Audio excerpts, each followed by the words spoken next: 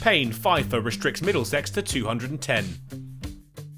A tight game in Taunton eventually went the hosts' way. Middlesex fell to defeat last time out, something their opponents Gloucestershire avoided thanks to a ballistic final day chase.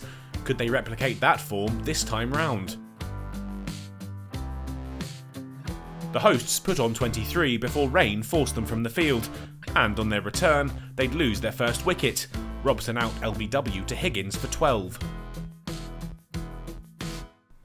Gubbins and Holden stuck around. They looked for 50 runs for their side and an important foothold in the game. But they were denied. Holden out to Taylor, LBW, with no shot offered. Hanscom helped his side to the figure on the cusp of lunch. The morning shortened by the rain. The score at the interval, 51 for 2. Hanscom's knock wouldn't last long after the break. He was out to Payne, bowled by a real peach for 10. The threat of rain in the air didn't make for certain batting conditions, and before long they were off again. The stop-start day continued. But Gubbins would be next to go. The score still shy of 100 when Payne had him caught by Hankins. White and Simpson found some control for their side and took them through to 100 runs.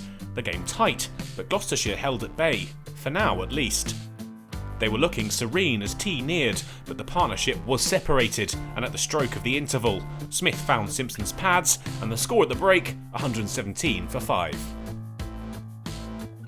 Anderson joined White at the resumption, and the pair found their feet, taking the score to 150 before too long.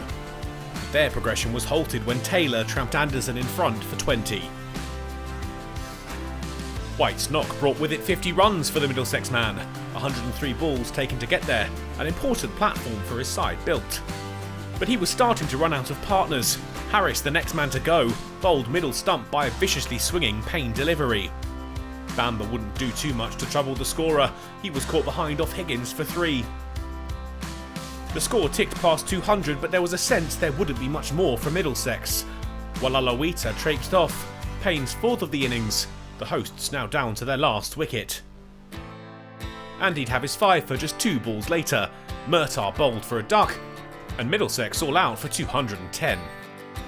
Robbie White had once again done a good job in the face of some tricky bowling from the Gloucestershire attack, none of who were more potent than David Payne. He finished with figures of 5 for 31. There was time left in the day for Gloucestershire to get their innings started.